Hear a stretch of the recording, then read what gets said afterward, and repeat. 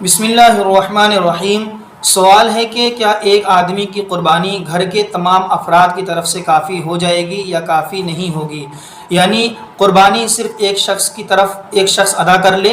اور اس ایک شخص کی قربانی کیا تمام گھر والوں کی طرف سے کافی سمجھی جائے گی یا ہر ایک شخص کو الگ الگ قربانی کرنا ہوگا؟ تو اس سلسلے میں کیا حکم ہے؟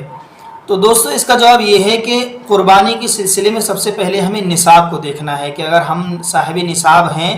تو ہر شخص کو قربانی الگ کرنا ضروری ہے۔ یعنی گھر کے اندر اگر کوئی ایک شخص قربانی کر لے تو وہ تمام گھر والوں کی طرف سے کافی نہیں ہوگی، کیونکہ اللہ کے نبی صلی اللہ علیہ وسلم نے فرمایا من وجد سعۃ، کہ جو شخص استطاعت رکھتا ہو۔ ایسا اللہ کے نبی نہیں فرمایا کہ گھر میں سے کوئی ایک آدمی قربانی کر لے تو کافی ہو جائے گا، بلکہ جو شخص قربانی کی استطاعت رکھتا ہو یعنی صاحب نصاب ہو جائے تو وہ قربانی کرے۔ اور پھر مزید فرمایا اگر قربانی نہیں کرتا ہے فلا یحضرن مصلانا، تو فلا یقربن مصلانا، دونوں طریقے سے الفاظ حدیث میں موجود ہیں کہ ہماری عیدگاہ کے قریب بھی نہ آئے۔ کتنی سخت وعید ہے۔ اور اس کے علاوہ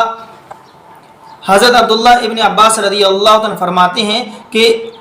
ایک صحابی نبی کریم صلی اللہ علیہ وسلم کے پاس آئے اور انہوں نے کہا یا رسول اللہ ان علینا بدنۃ، کہ یا رسول اللہ مجھ پر بدنہ ہے، فانا موسر بها، اور میں اس بات کی طاقت بھی رکھتا ہوں کہ میں اس کو ذبح کروں، یعنی اس کو خرید کر ذبح کر سکتا ہوں، ولا اجدها، لیکن میں اس کو پاتا نہیں ہوں، یعنی مل نہیں رہا ہے، فاشتریها، کہ میں اس کو خریدوں۔ فامرہ النبی صلی اللہ علیہ وسلم، تو نبی کریم صلی اللہ علیہ وسلم نے ان کو حکم دیا ان یبقى 7 شیات فتذبحوهن،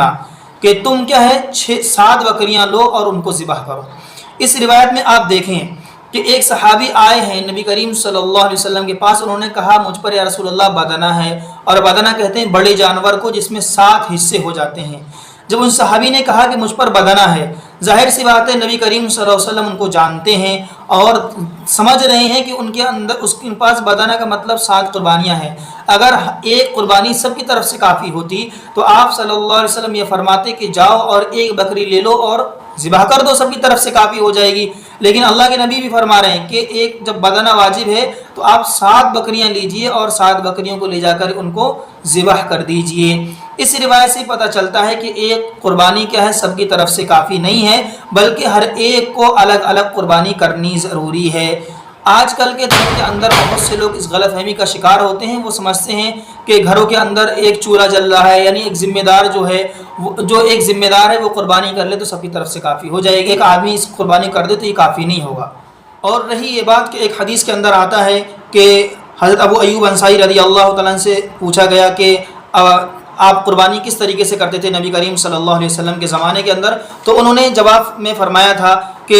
ہم نبی کریم صلی اللہ علیہ وسلم کے زمانے میں قربانی کرتے تھے، کان رجل یضحی بالشاۃ عنہ وعن اہل بیتہ